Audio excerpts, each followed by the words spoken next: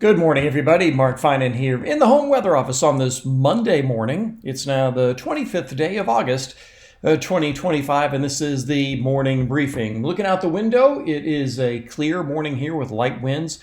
It's going to be a warm day, but most areas will stay under 100 degrees.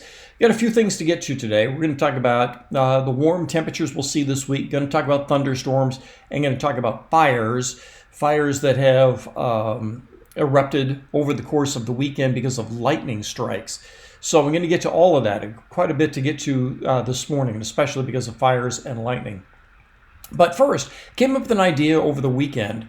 I get a lot of great questions in the comment section, and I really appreciate that.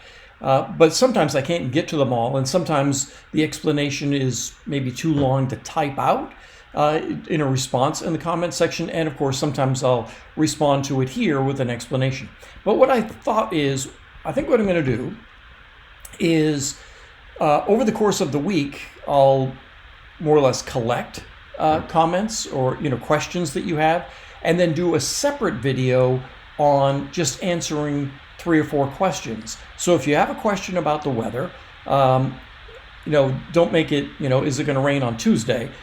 Because, again, I'm probably going to record something on Thursday or Friday as I collect them. But if you have a general thing, something about, lapse rates or monsoon or whatever it might be, go ahead and drop that question in the comments section. And then, like I said, later on in the week, I'll do a video that just answers those questions. So it won't be a topical video. I'll do 2 videos whatever day I do. So I'll do one that's topical for the weather, and then I'll do one for, we'll call it a mailbag or something like that.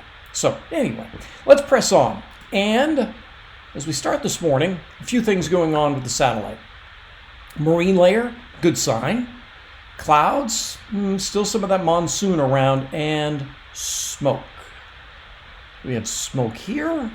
Not as much smoke coming off of Napa County, which is good. Smoke to the north. We did see more fires started over the weekend.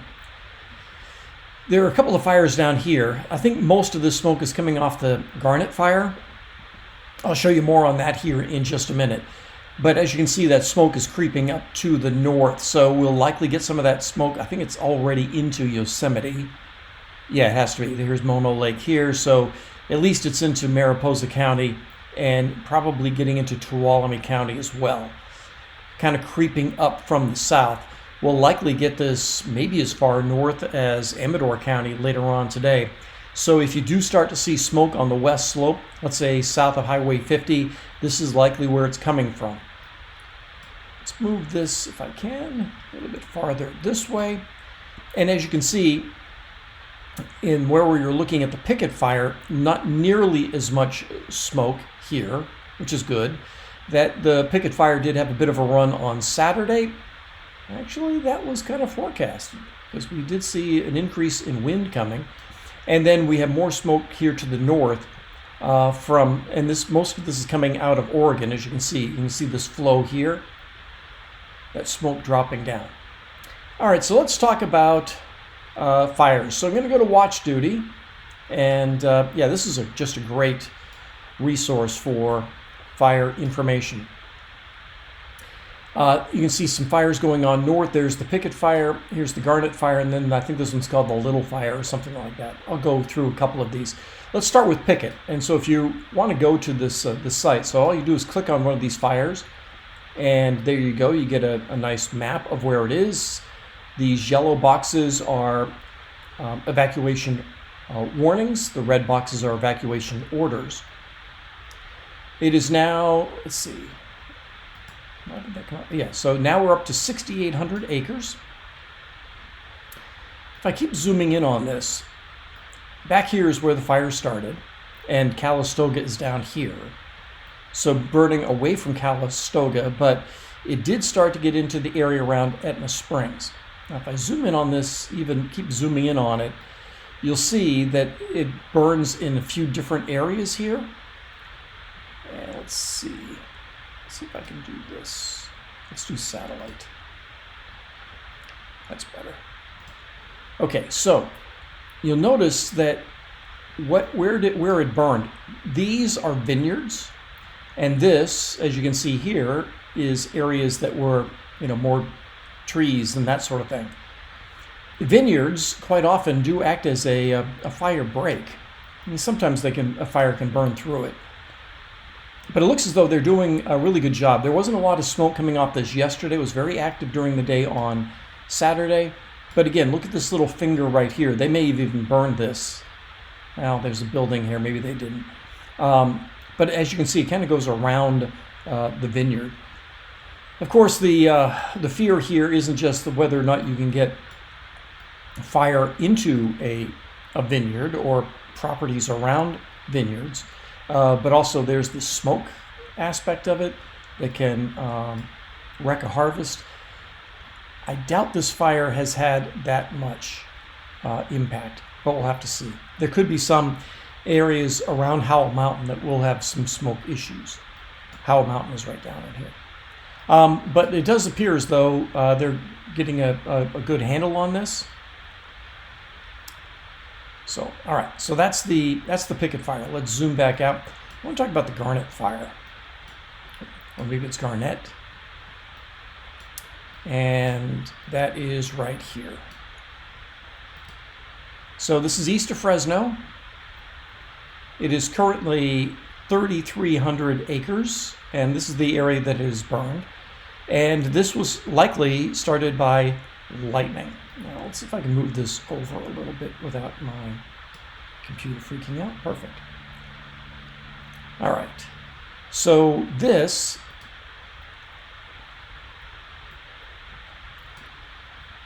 is a view of it.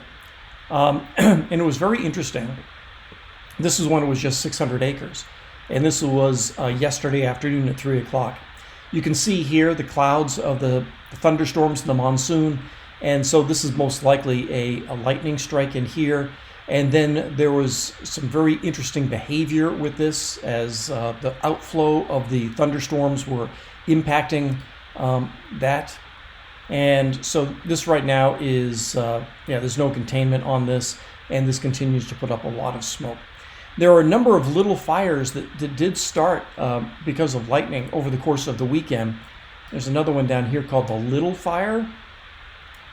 This one is 2,500 acres, and this is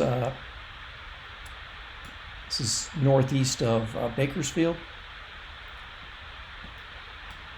And this will also contribute to more smoke. And there's also a good chance this one was started by lightning. Those are the biggest, but as you can see, there are other little fires here, a couple of acres here and there. Now, as some of you saw, I was up in the Sierra. On Saturday, I went up in Alpine County, up over Monitor Pass. Really nice thunderstorms up there. Up over Carson Pass. Interesting, I was observing lightning striking Thunder Mountain. My concern there was that it was Saturday, and Thunder Mountain and Round Top and other spots in here are popular hiking areas at this time of year. And when there's the monsoon, that is not the time to be hiking up in there. Lots of lightning. But the other thing that I noticed is that when we did get into those thunderstorms, there was some really good rain, and some of that rain was actually beneficial, so that you were getting lightning, but you were also getting a good amount of water with them. And we are going to see more thunderstorms again today. Let's go to the HRRR, and this will show thunderstorms once again popping up. This is at around 1 o'clock this afternoon. Thunderstorms in Tahoe, once again getting into areas around Portola, and then all the way down 395, same places like Monitor Pass down toward Walker, Bridgeport, Bodie. Also getting thunderstorms here, as well as, like I said, around Portola. This is late this afternoon, and then they dissipate tonight, and then during the day tomorrow, same thing. So on Tuesday, once again, thunderstorms around Tahoe, and some of these did produce some hail, and likely we will see this again. With any luck, we will see enough rain to mitigate all the lightning we're going to see, but we are going to see a fair amount of lightning. And then I think we're going to see this dissipate during the day on Wednesday. Let's talk a little bit about temperatures. Yes, we did have our second heat wave. So this is the way the temperatures have gone in Sacramento. We had the first heat wave of the year, the 8th, 9th, and 10th, 101, 102, 101. And then this past heat wave, 100, 102, 103, 100 on Saturday, 95 yesterday. So far this month, 7 days above 100. That brings us up to 11 for the year. And we'll add a few more, likely before we're done. But keep in mind that a month from now, we're into the past the equinox. So yeah, we only have another few weeks where we have the potential for temperatures over 100 degrees. And so far this year, 103 is as hot as it's been in Sacramento. Usually we're counting how many days over 105 we have seen, but so far this year we haven't seen any. So what's in store for this week? Interesting pattern coming up. Little troughiness, and every now and then we get these little vorts that come up. Like there's a little vort right here, and that helps to, that's right in here. The model's picking that up, and that helps to trigger some of the afternoon thunderstorms. But then as we get into the day Wednesday, the flow shifts. So this is Wednesday. So you'll notice that the flow is now more westerly as opposed to southerly. So we're going to see fewer thunderstorms on Wednesday. Another interesting feature is this likely tropical storm down in here. And where's that going to go? As you can see, it's now an open wave, not a tropical storm, but there is going to be some pretty good precipitable water feeding in to Southern California toward the end of the week. Now, the models are getting quite a bit different here. This is into the last day of August, so this is Sunday. Big low out here. Some of the models have been indicating that we could see the low out here and then a big ridge out ahead of it. This model is digging a trough, which would actually keep temperatures down, as you can see here. Let me go back to, so that's the 6Z run. Let me show you yesterday's 12Z. And let me see if that one shows this other pattern. Yeah, this is the pattern I'm talking about. So the model, this should be around the first, this is the second. Yeah, so the model's having a tough time figuring out what's going to happen with this low. So low here, big high, and then let's see if the 18Z had the other pattern. So I think this is going to be the trick because it's going to be a cutoff low, but we're talking about what's going to happen a week away. Yeah, this run here has the low farther off the coast with the high building in like that. And so this is a really interesting pattern. You have cutoff low here east, and the high in between. So this is around the beginning of the month, next month. So we have, a little bit more than a week away. So that's something that we'll watch over the next couple of days is where is that cutoff low going to be? The farther off the shore it may be, more ridging we may get unless there's another trough that comes in behind it. So next week, if you're looking at any apps that have 10-day forecasts, at this point, I'm not trusting anything past 5 or 6 days. And for this week, I'm expecting daytime highs generally in the mid-90s. There'll be some days low 90s, maybe some days a little bit warmer. So it'll be a warm week, but nothing in the way of real heat heading our way just yet. And in terms of next week, we'll have to see. The biggest concern today and tomorrow will be the afternoon thunderstorms in the Sierra, in the same places we've been seeing in the last couple of days. There has been a fair amount of rain in some places. So if you're out and about, just be wary of that. And also, as I mentioned, not a great time to be hiking some of the higher peaks because of the afternoon lightning that we will see. But we'll have to see just how many more fire starts we get because of the lightning we're going to be seeing. So a lot going on the next couple of days as we finish this last part of August. And that's everything I've got for you this morning. So again, if you have questions about weather and these weather patterns, feel free to drop them in the comment section, and I'll do a video later on this week that'll just be a mailbag segment.